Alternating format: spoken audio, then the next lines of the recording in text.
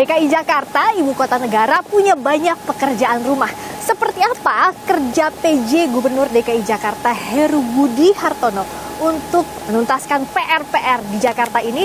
Saya akan langsung berbincang dengan PJ Gubernur DKI Jakarta Heru Budi Hartono. Pak Heru, apa kabar? Apa kabar?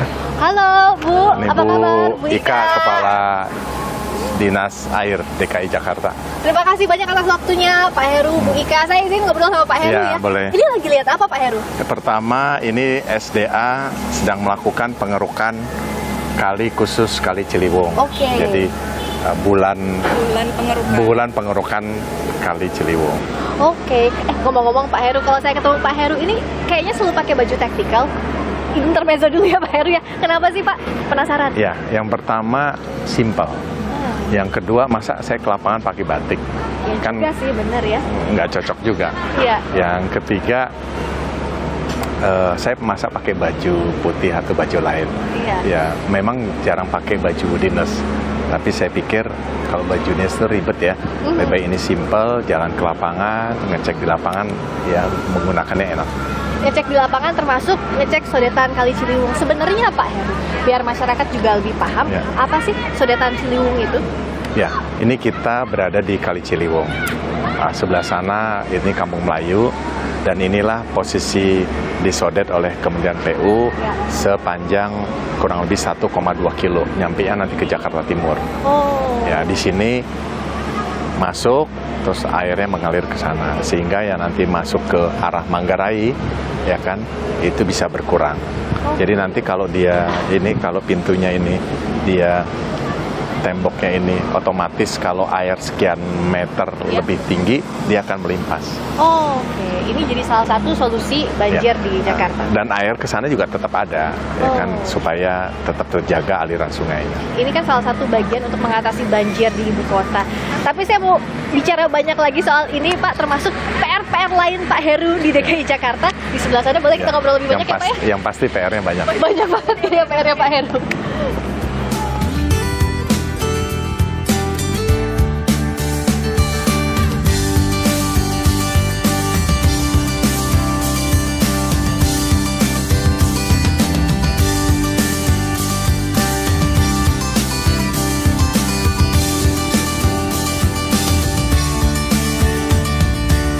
Terima kasih banyak sudah berbincang di Kompas TV. Kita ini ada di sodetan Kali Ciliwung. Kalau saya di sini tuh jadi ingat Pak Heru. Iya. Kan butuh proses lama ya, kurang lebih 11 tahun. Sempat mangkrak proyeknya, terkendala oleh pembebasan lahan saat itu. Tapi dengan perjalanannya bisa diresmikan oleh Bapak Presiden Jokowi pada Juli lalu. Seperti apa Pak Heru perjalanannya? Ya, terima kasih. Yang pertama, sodetan itu sangat diperlukan untuk masyarakat Jakarta dalam mengatasi banjir. Saat itu 2012 kalau tidak salah Pak Joko Widodo, beliau sebagai gubernur menginisiasi untuk melakukan sodetan itu. Dan waktu berjalan tentunya banyak mungkin hal-hal kendala, saya tidak tahu saat itu ya. Lantas begitu saya masuk di tanggal 17 Oktober tahun lalu, salah satu tugas dari beliau adalah menyelesaikan atau mengatasi banjir.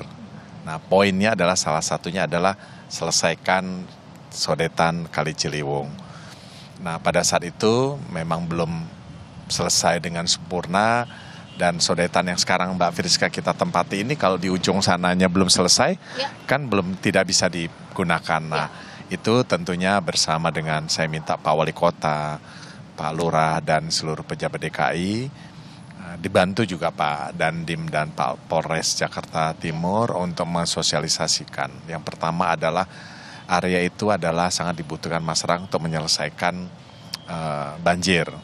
Dan berikutnya ada 1-2 pemilik SPPT saat itu, ya kita jelaskan bahwa itu adalah bagian dari kewajiban. Nah, berikutnya juga masih ada beberapa warga yang tinggal di sana, kita berikan solusi, sebagian mereka mau pindah ke rumah susun. Alhamdulillah semuanya bisa berjalan dengan baik. Alhamdulillah bisa berjalan dengan baik sampai sekarang. Tapi kalau kita lihat kan sekarang cuaca masih sangat panas ya Pak ya, masih belum musim hujan, tapi tentu harus diantisipasi. Sebenarnya seberapa signifikan Sodetan Ciliwung ini bisa mengantisipasi banjir, terutama di wilayah hilir Ciliwung? Terutama sodetan ini adalah membagi arus sungai ya, sungai ke Ciliwung, lantas ke sodetan ke banjir Kanal Barat.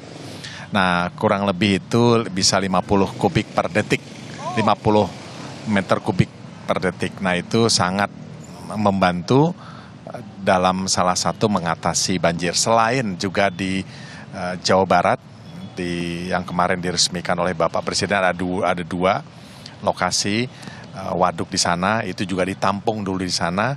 Jadi sudah berkurang dari hilirnya, terus turun ke Jakarta, masuk ke Ciliwung terbagi dua, yang masuk ke tadi sodetan kali banjir Kanal Timur, langsung sebagian adalah masuk di Ciliwung. Nah, tentunya sangat signifikan untuk bisa membantu mengurangi dampak banjir. Ini yang diharapkan ya, terutama ya mudah-mudahan warga DKI. bisa teratasi banjirnya. Ya sekitar Bukit Duri, sekitar Cawang, sekitar satu lagi di sekitar ya sepanjang kali Ciliwung. Izinkan saya juga bertanya Pak, bagaimana kalau dengan normalisasi Ciliwung? Seberapa vital kalau normalisasi Ciliwung untuk mengatasi banjir di DKI dan dibandingkan dengan sodetan Ciliwung ini Pak? Ya. Kali Ciliwung tentunya merupakan bagian dari yang harus dinormalisasi. Sekarang ini DKI masih konsentrasi di 2 titik, Celitan dan Rawajati. Nah, itu mudah-mudahan bisa selesai dengan BPN terkait dengan status tanahnya, dan kalau itu sudah selesai nanti pembayaran dilakukan sesuai dengan hak-haknya warga, lantas PUPR akan masuk. Dan untuk menangani banjir ini juga kan ada solusi terpadu, National Capital Integrated Coastal Development atau NCICD. Nah, ini seperti apa NCICD ini diterapkan dan juga urgensinya NCICD ini seperti apa Pak Heru? Pertama, NCICD itu salah satu adalah mengatasi dampak banjir atau ancaman banjir dari laut yang dinamakan ROP. Jadi air laut tinggi, daratan lebih rendah, maka NCICD itu patut dilaksanakan. Tentunya Pemda DKI akan melaksanakan ini secara bertahap, yang kurang lebih tahun depan sudah mulai, dan secara bertahap tentunya perlu waktu panjang ya, karena begitu panjang pantai utara Jakarta. Untuk banjir sudah ada kerja keras tadi yang dilakukan Pak Heru, berikutnya juga kan masih ada yang harus dituntaskan kalau kita bicara soal polusi dan juga tata kota. Penghijauan ini bagaimana yang dilakukan oleh Pemprov DKI Jakarta, tapi dijawabnya izin usai jeda Pak Heru. Kami akan segera kembali di Titik Pandang sesaat lagi.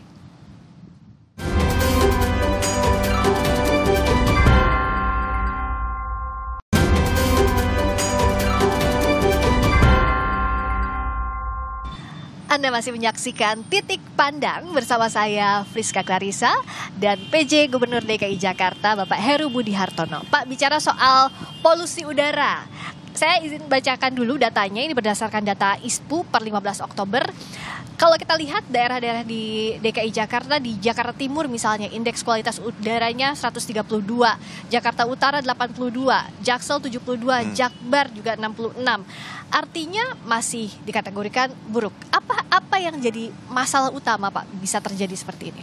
Ya, pertama memang itu adalah polusi udara yang memang menjadi tantangan buat Pemda DKI, bahkan mungkin Jabodetabek. Di sisi lain itu, yang kedua adalah memang cuaca yang panasnya luar biasa dan mungkin lebih panjang. Namun demikian, Pemda DKI tidak mengabaikan itu, artinya berusaha supaya mengurangi dampak polusi itu bisa berjalan dengan baik. Yang pertama, kami Pemda DKI membentuk Satgas, itu terdiri dari dinas-dinas terkait, Dinas Kesehatan, Dinas Perhubungan, Dinas Lingkungan Hidup, yang setiap minggu diupdate. Bagaimana langkah-langkahnya? Langkah-langkahnya antara lain sesuai dengan hasil rapat di Menko Marves, setiap gedung-gedung tinggi bisa membantu mengurangi polusi dengan salah satu poinnya adalah water mist. Kalau ditanya signifikan tidak, ya memang kalau dianggap kota Jakarta yang luas ini persentase ada, tapi kalau kita usahakan dari segala sisi kan minimal kita bisa berusaha mengurangi satu. Yang kedua, bersama Kementerian Lingkungan Hidup mengecek pabrik-pabrik yang memang polusinya melebihi dari ambang batas. Diberikan peringatan, diedukasi supaya mereka bisa untuk mengikuti aturan yang ada. Yang ketiga adalah tentunya dihimbau untuk masyarakat bisa beralih ke transportasi umum. Nah, yang kelima adalah jangka panjangnya penanaman pohon itu, menambah ruang terbuka hijau. Jadi berbagai item, berbagai sisi kita usahakan untuk bisa mengurangi polusi. Dan solusi jangka pendek sampai jangka panjang ini memang harus dilakukan bersama-sama. Sejauh ini progresnya seperti apa, Pak? Contoh misalnya water mist, memang jangka pendek bisa. Terus namanya water mist ini tahun depan kan kita ketemu lagi musim kemarau. Akan berulang. Nah, jadi diusahakan kalau bisa sekomplit mungkin, sebanyak mungkin water mist itu ada. Yang berikutnya tadi bertahap kita mengurangi pabrik ataupun sesuatu yang berdampak melebihi tadi ambang polusi. Jangka panjangnya secara bertahap kita harus mengurangi kendaraan pribadi yang memang cukup tinggi kenaikannya kan. Ya, betul. Kalau menurut informasi itu kalau kendaraan pribadi roda 4 tuh kenaikannya dari 4 juta menjadi 6 juta. Kurang lebih seperti itu. Jauh sekali lonjakannya itu. Ya, nah, ya secara bertahap tidak bisa langsung tahun ini atau tahun depan. Dan mengatasi polusi, mengatasi transportasi ini perlu kesinambungan terus-menerus. Ya tidak bisa jangka pendek terus kelihatan hasilnya. Untuk jangka panjang misalnya, ada juga kawasan unggulan dan Jumat menanam. Ini Pemprov DKI melihat akan signifikan juga kah untuk menangani polusi? Iya. Tentunya ruang terbuka hijau itu tuntutan yang kita harus tambah. Nah, saya meminta kepada lurah camat untuk bisa terus bertambah ruang terbuka hijau kecil maupun besar maupun sedang. Biasanya secara bertahap. Nah, 1 tahun ini Pemda DKI sudah menanam pohon 77.363 pohon yang kita tanam. Nah, ruang terbuka hijau sudah 500 sekian ruang terbuka hijau yang kita tambah. Kurang lebih 534 lokasi taman. Selain itu, kita rawat juga taman-taman yang sudah ada. Air Petra dan yang lain kita revitalisasi, kita rawat supaya tentunya taman itu bisa mendapatkan tambahan. Oke, jadi kalau ruang terbuka hijaunya sudah tadi ada tambahan 500 lebih, ini bisa jadi jumlah yang signifikan kalau kita bandingkan dengan sebelumnya ya. Maka dari itu setiap tahun kita harus menambah ruang terbuka hijau. Oke, jadi ini akan terus tidak berhenti sampai sekarang untuk ruang terbuka hijau. Maka ada namanya Jumat Menanam. Wali kota, bupati, teman-teman dinas harus melakukan itu. Termasuk juga swasta. Tadi Pak Heru juga bilang bahwa ini bukan hanya tugasnya Pemprov DKI Jakarta, tidak bisa sendirian ya Pemprov. Pak Heru, bagaimana masyarakat bisa aktif berpartisipasi lebih dalam lagi untuk membuat ruang terbuka hijau? Swasta sudah banyak membantu, ada beberapa dan banyaklah swasta itu membantu menanam pohon bersama, lantas di tempat-tempat ruang terbuka hijau, tempat mereka sendiri menanam. Cuma memang kan namanya menanam pohon belum kelihatan besarnya, belum kelihatan tumbuh. Tapi yang saya tanam itu pohon yang seperti ini nih, yang bisa 2 meter, 3 meteran di sebelah Mbak Friska itu kita tanam. Mungkin 2-3 tahun lagi baru bisa mendapatkan dampak positifnya. Dan untuk lahan-lahan milik Pemprov DKI Jakarta itu memang diwajibkan itu ya Pak ya? Sudah pasti kita tanam. Sudah pasti, walaupun sudah ada tanaman yang ada pohon, kita tambahkan, kita rapatkan. Jadi yang misalnya jaraknya tadinya 5 meter, jaraknya 2 meter sudah ada pohon. Seperti milik Dinas Taman di Jagakarsa itu kan menambah kurang lebih sekian hektar, langsung kita tanam. Oke, dan menarik juga tadi soal Jumat Menanam, dikaitkan juga dengan ketahanan pangan. Apa sebenarnya yang bisa ditanam oleh masyarakat jenis-jenisnya Pak? Di dinas atau di DKI itu ada 2 sumber yang menanam pohon. Yang pertama adalah Dinas Taman, Yang kedua adalah Dinas KPKP, itu terkait dengan tanaman-tanaman yang menghasilkan seperti sayuran, termasuk juga tanaman yang menghasilkan buah-buahan. Nah kalau dilihat, ya tempat-tempat lahan kosong pasti kita tanam yang sayur-sayuran dan yang memang dibutuhkan atau menghasilkan buah dia. Nah itu udah banyak Mbak. Kalau dihitung itu mungkin bisa 4,3 juta pohon. Tanaman maksud saya 4,3 juta tanaman. Jadi kalau kita bicara soal polusi ini kan beberapa waktu terakhir banyak dibicarakan masyarakat, dikeluhkan oleh masyarakat. Ini tidak bisa selesai dengan satu solusi saja ya Pak? Tidak ya, bisa one single solution, ya. Tapi juga harus berkesinambungan. Sejauh ini koordinasi lintas kementerian lembaga dan juga Pemprov DKI Jakarta seperti apa? Pemerintah daerah dan pemerintah pusat? Tentunya khususnya Kementerian Lingkungan Hidup. Lantas yang berikutnya Kementerian Perhubungan membantu mengkonektivitas transportasi dengan pemerintah pusat. Ada sekarang sudah berjalan kereta api cepat, LRT Bekasi, LRT dari Bogor. Toh DKI juga menambah juga nanti LRT yang Rawamangun sampai dengan Manggarai. Itu kan terus kita tingkatkan konektivitasnya supaya warga itu nyaman untuk menggunakan kendaraan umum. Nah iya, agar warga nyaman, kalau nyaman otomatis juga akan mengurangi polusi insya udara Allah ya. Bisa mereka tertarik untuk menggunakan kendaraan umum. Tidak kalah penting, selain polusi tadi kita sudah bicara banjir, tapi juga bagaimana pertumbuhan ekonomi dan stunting. Nah untuk membahas ini, usai jeda kita akan bahas lebih banyak lagi masih dengan PJ Gubernur DKI Jakarta, Heru Budi Hartono di Titik Pandang. Sesaat lagi.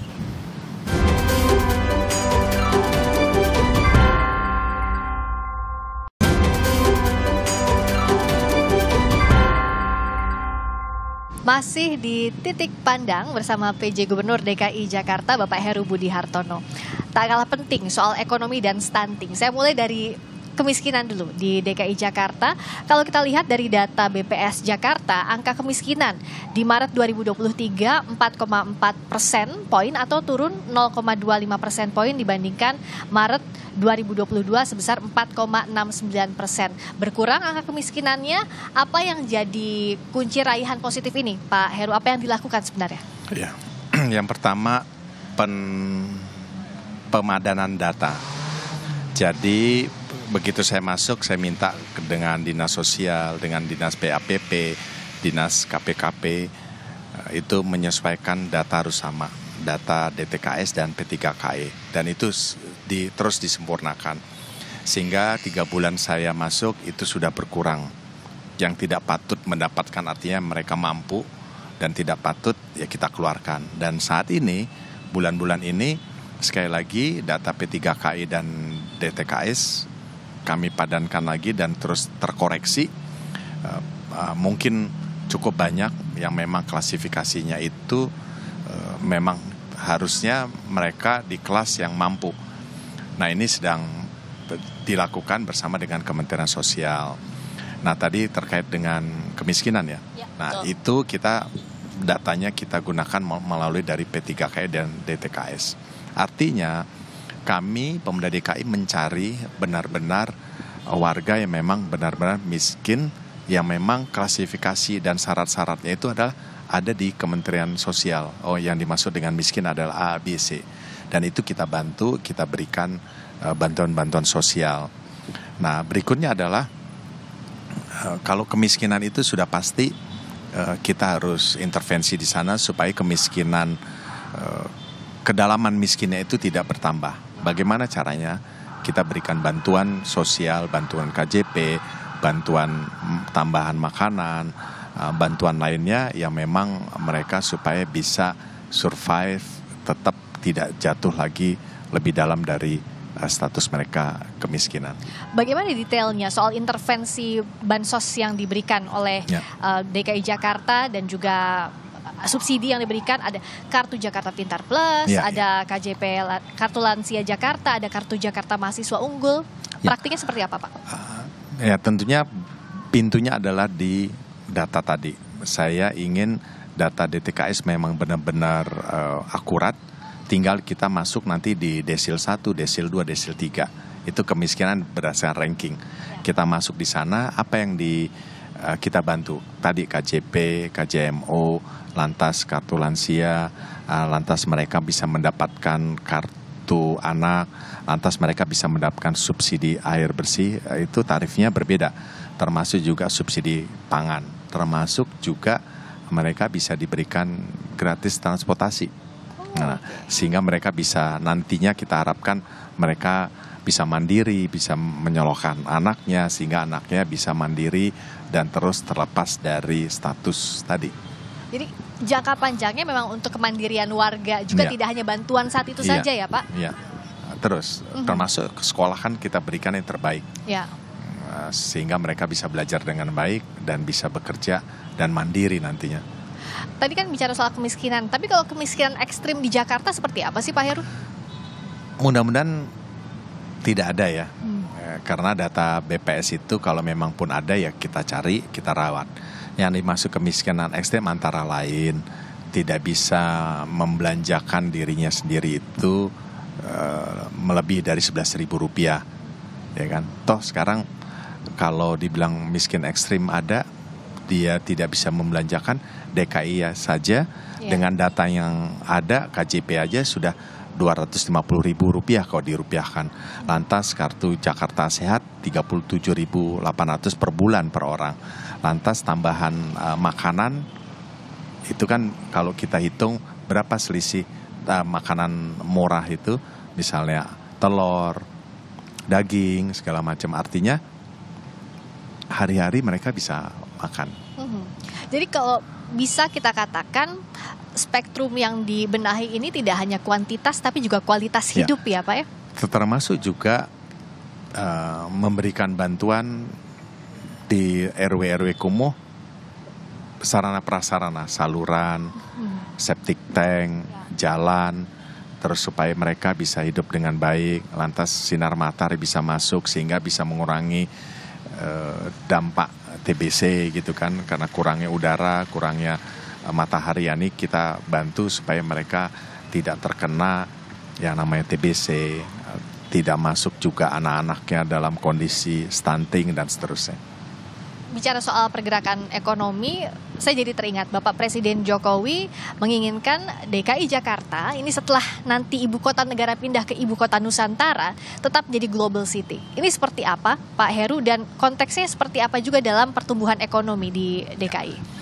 Pertama, DKI tentunya harus menjaga inflasi. Sumbangannya itu kalau kita tidak menjaga inflasi 17% dari nasional. Ya. Yang berikutnya, pertumbuhan ekonomi masih tetap di Jakarta, sehingga perlu semuanya infrastruktur kita rawat, kita jaga. Lantas tadi Mbak sampaikan apa tadi?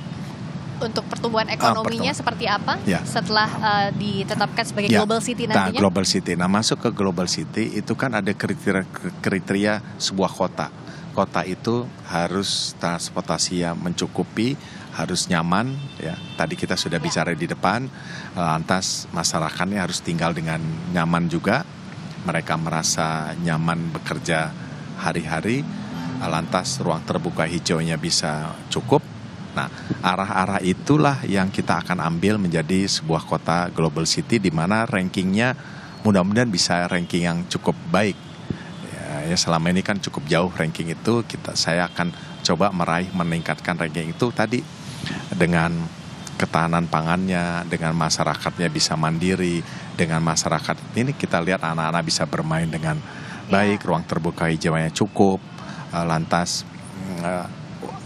belajar mereka dengan sempurna, sekolahnya fasilitasnya cukup memadai, antara lain transportasinya sudah banyak, MRT ada, LRT ada, bus Transjakarta cukup, TOD-nya bagus gitu. Ya, jadi berbagai aspek tadi harus dipenuhi untuk menuju global city. Kita perbaiki, kita tambah supaya ranking Jakarta itu bisa menjadi lebih baik. Tapi bicara soal anak-anak tadi Pak Heru bilang, saya mewakili ibu-ibu sangat concern sekali dengan masalah stunting, Bapak. Nah, kalau kita lihat datanya, dari 22.000 kasus stunting di Jakarta, 9.000 sudah terselesaikan. Ini apa yang membuat ini bisa dicapai? Yang pertama, saya meminta kepada jajaran Pemda DKI, stunting itu harus kita cari. Ya, cari stunting sehingga anak-anak itu bisa kita rawat. Kalau dia terkena gizi buruk, kita harus cepat ambil. Kalau gizi buruk nanti terus turunnya adalah stunting. Nah, stunting itu 20.000 kita cari. Nah, 9.000 sudah terselesaikan tentunya dengan program-program DKI, ada di Dinas Kesehatan, di Dinas Pendidikan, di Dinas KPKP, di Dinas Sosial. Anggaran itu ada di dinas-dinas yang tadi saya sebutkan. Contoh, sebenarnya mudah-mudahan DKI bisa mencegah stunting ini untuk tidak tumbuh terus, kecuali perpindahan penduduk ya. Perpindahan penduduk yang saya nggak tahu kesehatannya mereka pada saat masuk Jakarta. Nah, Jakarta sudah cukup baik. Contoh ketika menikah, sebelum menikah dites. Begitu ibunya hamil, kita jaring di puskesmas, mereka wajib mendaftarkan, wajib mengecek waktu hamil secara bertahap ya. Misalnya sebulan, 3 bulan, 4 bulan, 6 bulan. Jika mereka kekurangan gizi, kita tambahkan. Begitu dia lahir, mereka anak-anaknya tentunya wajib dicek kesehatan ke puskesmas. Nah, itu kan simpul-simpul yang kita bisa tahan untuk supaya mereka kita tahu, oh ini kurang gizi, ini stunting. Simpul itulah yang bisa kita memperhatikan anak-anak itu masuk stunting. Ketika masuk stunting, maka tadi Dinas Kesehatan turun, Dinas Pendidikan turun, Dinas KPKP turun, dan juga teman-teman swasta juga banyak membantu. Maka dari 20.000 bahkan 22.000, 9.000 sudah selesai. Tapi kan kita tidak tahu perpindahan penduduk terus mengalir dan terus ada. Jadi mungkin stunting ini terus ada. Maka dari itu sekali lagi 9.000 dan sisanya sekian puluh ribu itu ya mungkin bisa bertambah, mungkin bisa berkurang. Dan tantangan yang dihadapi juga kan bagaimana mencapai target dari Bapak Presiden Jokowi agar angka stunting ini di bawah 14% itu ya Pak ya? Mudah-mudahan Jakarta atau Jabodetabek, Bekasi, Bogor, dan lain-lain itu sama mengatasi stuntingnya ya. Sehingga kita bekerja sama lah. Sehingga DKI ini tidak berdiri sendiri dalam mengatasi stunting. Kan mereka hilir mudik tuh. Iya, betul. Kira-kira seperti itu. Dan kalau untuk dana yang digelontorkan penanganan stunting di DKI Jakarta? Iya, di Dinas Kesehatan itu ada 1,7 triliun. Di Dinas Pendidikan ada kurang lebih 400 sekian. Dinas KPKP itu ada kurang lebih 900 untuk memberikan tambahan tadi. Nah, memberikan bantuan murah pangan kan. Ada telur, ada daging, ada susu, ada ikan. Mudah-mudahan itu orang tuanya sadar bahwa Pemda DKI memberikan bantuan itu untuk anak-anaknya bisa sehat, terhindar dari stunting dan terhindar dari gizi buruk. Nah, biasanya stunting itu tidak selesai, itu yang anaknya ada sakit turunan, sakit bawaan. Bawaan ya. Selain dia stunting, dia ada sakit yang memang perlu dicermati dan diobati dan diawasi terus-menerus. Biasanya kalau hanya kurang gizi atau kurang dia stunting, tidak ada penyakit bawaan, itu cepat sembuhnya. Dan kita harapkan artinya tidak hanya dari pemerintah Provinsi DKI Jakarta saja, tidak hanya dari sisi pemerintah, tapi juga warganya juga mengetahui, edukasi juga perlu dilakukan. Jadi gini, kadangkala yang susah itu bagi pemerintah daerah, bantuan sampai ke orang tuanya, sampai ke ibunya. Tapi anaknya mau makan itu enggak. Nah, ini yang menjadi kendala. Nah, bahkan unvolunteer itu atau warga yang sukarela mendampingi itu kesulitan di situ kita lihat. Misalnya diberikan telur. Nah, telur itu anaknya mau makan enggak? Telurnya sudah direbus, kalau nggak mau makan ya buat ibunya. Tapi kan tujuannya berarti tidak tercapai. Jadi bagaimana di itu situ sampai biasanya kendala, ke anaknya? Sampai dimakan. Sampai dimakan ke anaknya. Itu yang diharapkan agar ya stunting ini angkanya bisa mudah-mudahan menurun jauh. Berikutnya juga masalah kemacetan nih Pak Heru. Tadi kita sudah bicara soal polusi sebenarnya, tapi lebih detail lagi soal kemacetannya. Seperti apa langkah-langkah Pemprov DKI Jakarta untuk menanggulanginya? Kita bahas di Titik Pandang sesaat lagi.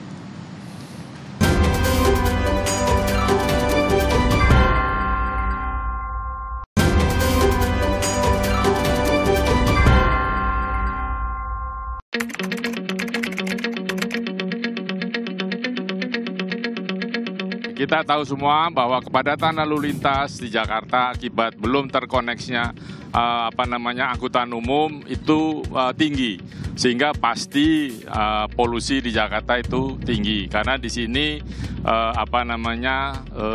sudah kendaraan itu hampir gridlock atau macet total ketika pagi hari, sore, tetapi siang juga sekarang sudah begitu. Jadi itulah penyebab utama kenapa udara di Jakarta itu buruk.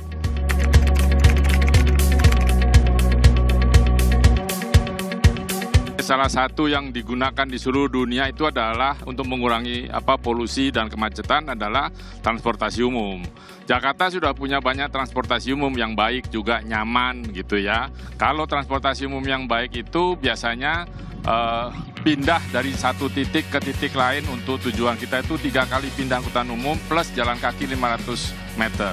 Itu baru bisa kita anggap baik. Nah sekarang kita first sama last mile-nya itu yang berat.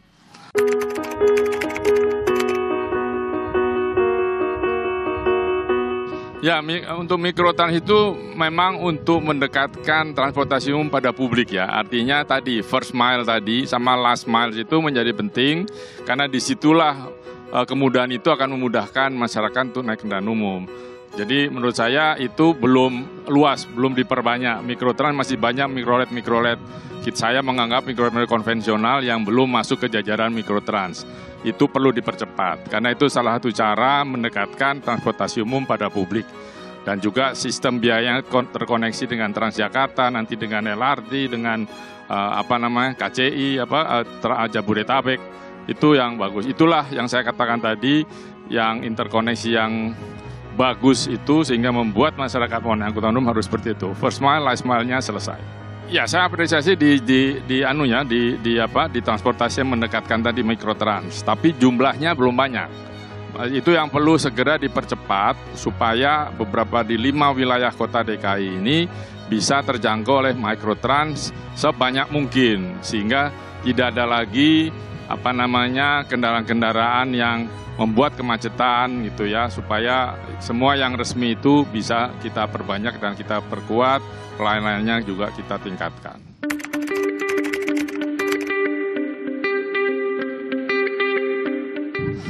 Kebijakannya untuk mengatasi polusi itu sudah cukup baik menurut saya. Kita tahu di sekitar DKI banyak sekali pabrik-pabrik home industry ya. Itu mulai dari bakar kabel, mau diambil tembaganya, mulai ada bakar batok kelapa untuk jadi arang dan sebagainya, itu banyak di sekitar Jakarta. Nah, itu yang harus diambil tegas, tindakan tegas. Tapi kita harus pikirkan kalau itu kita segel, kemudian orang itu bekerja di mana. Jadi Pemprov itu harus memikirkan bagaimana itu nanti tenaga kerja yang di sektor informal itu yang jumlahnya cukup besar.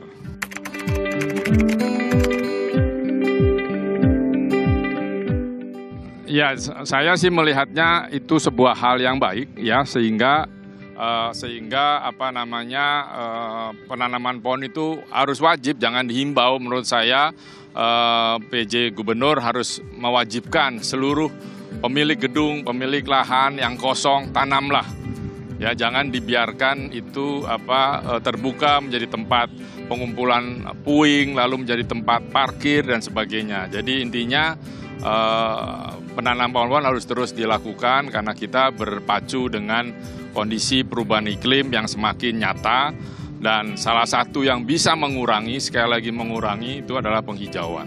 Ya, harus diwajibkan, dan juga nanamnya jangan dari yang kecil, paling tidak sudah setinggi 2 meter sehingga mempercepat dia tumbuh menjadi sebuah pohon. Kalau bisa dicari pohon-pohon yang bentangannya itu melebar, daunnya itu lebar. Kalau yang kecil-kecil itu sering membuat kotor. Nah, itu kalau pasukan pembersihnya tidak rajin, itu bisa menyumbat saluran air, menyumbat drainase sejenisnya dan sebagainya. Sekarang kan kita sudah menghadapi perubahan iklim ini, kondisi sekarang suhu mungkin rata-rata sudah 35 derajat, panas sekali. Dan itu bisa dikurangi, karbon itu bisa dikurangi dengan penghijauan. Di mana ada tanah kosong, tanamlah. Di pantai-pantai Jakarta itu tanamlah mangrove untuk mengurangi hempasan ombak, lalu menggerus atau menahan air dari muara-muara yang lalu mengalir ke Teluk Jakarta.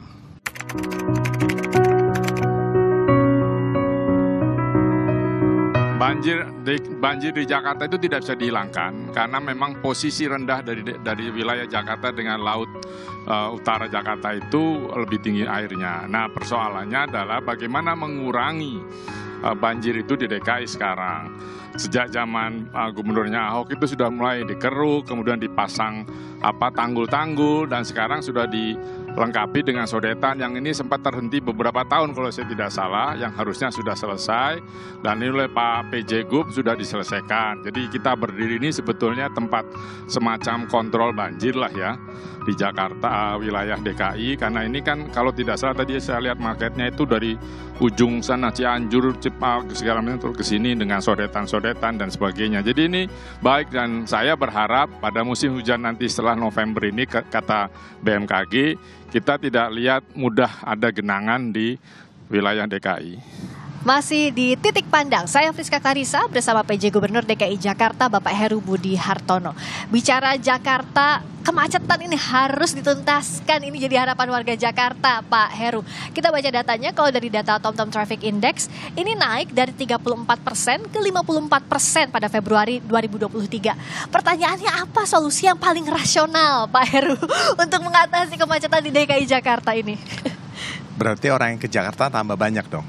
Dari 34 menjadi 34% menjadi 54% kemacetan. Iya. Berarti roda 2, roda 4 berarti tambah banyak.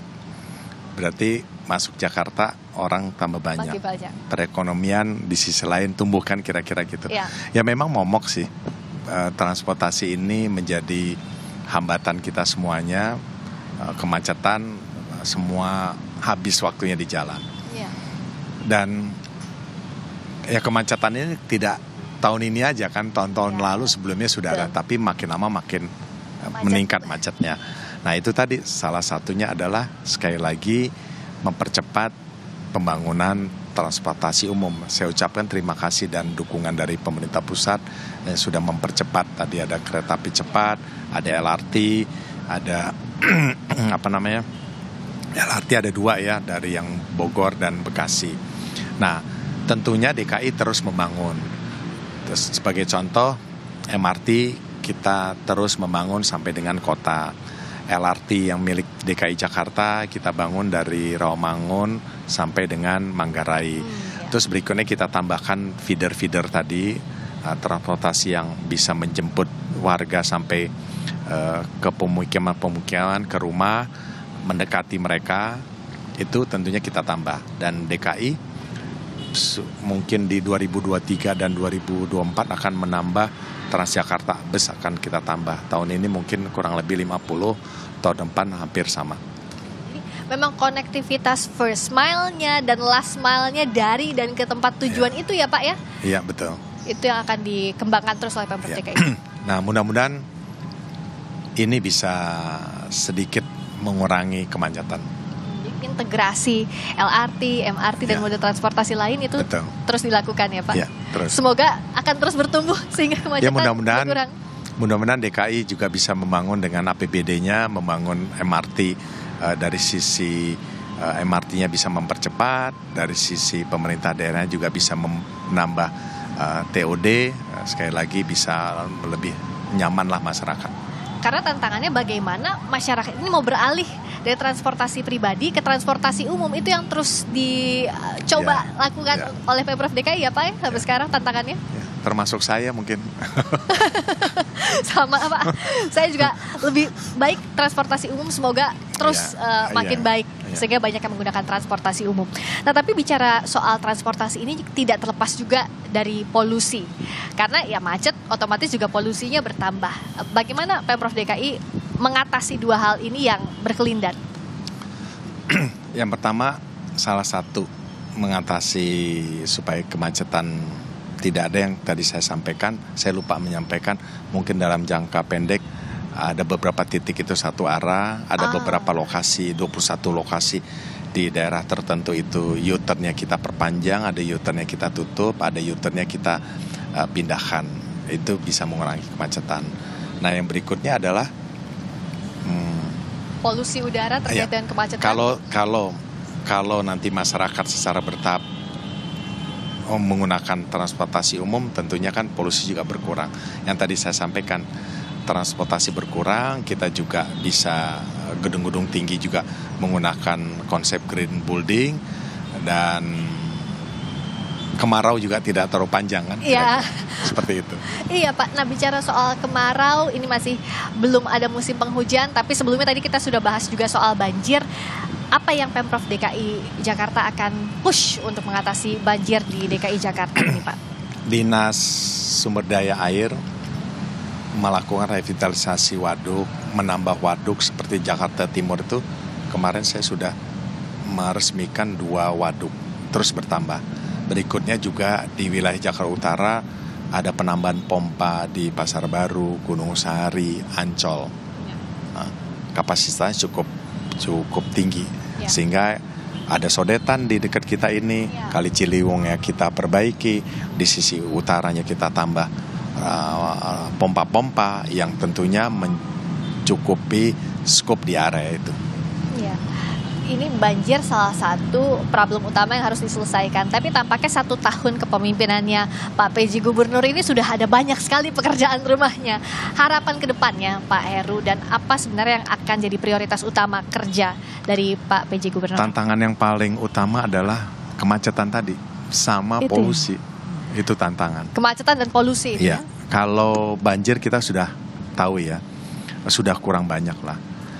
Termasuk ruang terbuka hijau yang kita harus tambah terus kan, kurang lebih seperti itu. Itu tantangan. Tapi yakin itu bisa diselesaikan dengan baik. Sebenarnya siapa saja yang bisa membantu ini dan bagaimana pula peran serta warga khususnya Pak?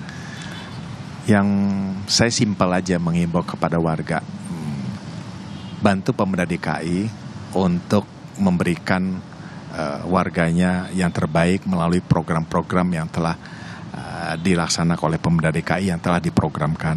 Yang berikutnya simple, jangan buang sampah sembarangan. Itu ya. Jadi kan kasihan PJLP, kasihan teman-teman SDA, Dinas Lingkungan Hidup. Hari ini sampah udah diambil, belum jalan 2 kilo, di sini sudah ada sampah lagi. Iya. Nah itu simple himbauan saya kepada masyarakat.